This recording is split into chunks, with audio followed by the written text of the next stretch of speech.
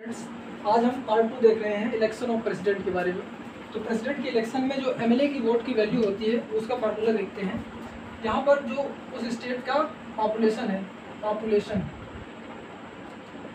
Population of that state upon total MLA in that state, जितने MLA हैं उस state में उसकी पॉपुलेशन इंटू 1/1000, ये हो जाता है एमएलए की एक वोट का वैल्यू। अब देखते हैं हाईएस्ट और लोवेस्ट।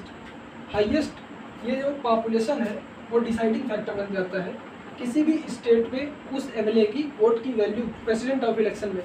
तो यहाँ पर जो उत्तर प्रदेश है, यूपी, यहाँ पे हाईएस्ट पॉपुलेशन है, इसलिए यहाँ पे जो एमएलए होगा उसकी वोट का वैल्यू सबसे ज़्यादा होगा प्रेसिडेंट ऑफ इलेक्शन के।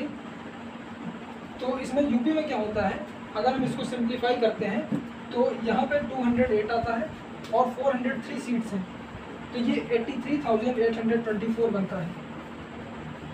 तो इस तरीके से ये हाईएस्ट वैल्यू है एमएलए की वोट की।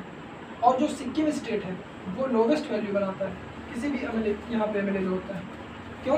क्योंकि यहाँ पे सिंप्लीफाई करने के बाद 7 × 32 ये आ जाता है 224।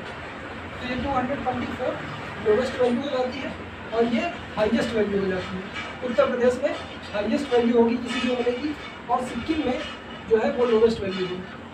और जो टोटल एमएलए होते हैं इनकी वोट की वैल्यू हर स्टेट की अगर हम काउंट करें तो ये 5,43,200 आती है। अब हम देखते हैं कि जो टोटल वोट पड़ते हैं वो टोटल वोट पड़ते हैं एमपी और एमएलए को मिला करके। तो एमपी और एमएलए मिलाते हैं, एमपी प्लस एमएलए, यानी member of parliament and member of legislative assembly, ये दोनों मिलकर के प्रेसिडेंट ऑफ इलेक्शन में वोट करते हैं। तो दोनों को अगर हम मिला दें तो 5,43,200 ये हो जाता है एमएलए का और एमपी का हो जाता है 5,43,231। तो ये दोनों जो है टोटल वोट मिल जाते हैं और ये एमएलए का हो जाता है पूरा। तो इस तरीके से एमपी एमएलए दोनों का हमने देख लिया कि टोटल वोट की वैल्यू क्या होती है। अब हम देखते हैं कि इनका जो रेशियो होता है, प्रोपोर्शन, वो क्या होता है। अब हम देखते हैं कि अगर लेटर से 3 कैंडिडेट्स खड़े हुए हैं प्रेसिडेंट ऑफ इलेक्शन में, ए, बी और सी। अब यहाँ पर क्या होता है कि जो वोटर्स होते हैं यानी कि एमपी और एमएलए जो उस कैंडिडेट को वोट दे रहे होते हैं वो तीनों को देते हैं एक एक करके, लेकिन कैसे देते हैं, प्रेफरेंस में।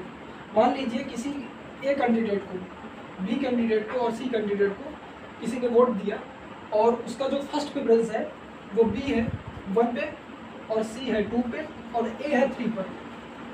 और दूसरे कैंडिडेट ने वोट दिया, दूसरे कैंडिडेट ने इसको माना 1, इसको 3, इसको 2। और इसी तरीके से तीसरे कैंडिडेट ने वोट किया तो उसने माना इसको 1, इसको माना 2, इसको माना 3। तो इसी तरीके से सारे वोट गिन लिए जाते हैं। अब देखते हैं कि इनका इलेक्शन जब हो जाता है तो इनका रिजल्ट कैसे डिक्लेयर किया जाता है। तो सबसे पहले जो पहला चरण होता है, पहला चरण, उसमें देखा जाता है कि फर्स्ट प्रेफरेंस में किसको सबसे ज़्यादा वोट मिले। तो हम देखते हैं कि यहाँ पर जो ए है उसको 1 वोट 2 लोगों से मिले हैं और यहाँ पर जो बी है उसको 1 मिला है और सी पहले ही रेस से बाहर हो गया। तो यहाँ पर जो है ए जीत जाएगा, यानी पहले चरण में ही ए जो है विजयी हो जाएगा।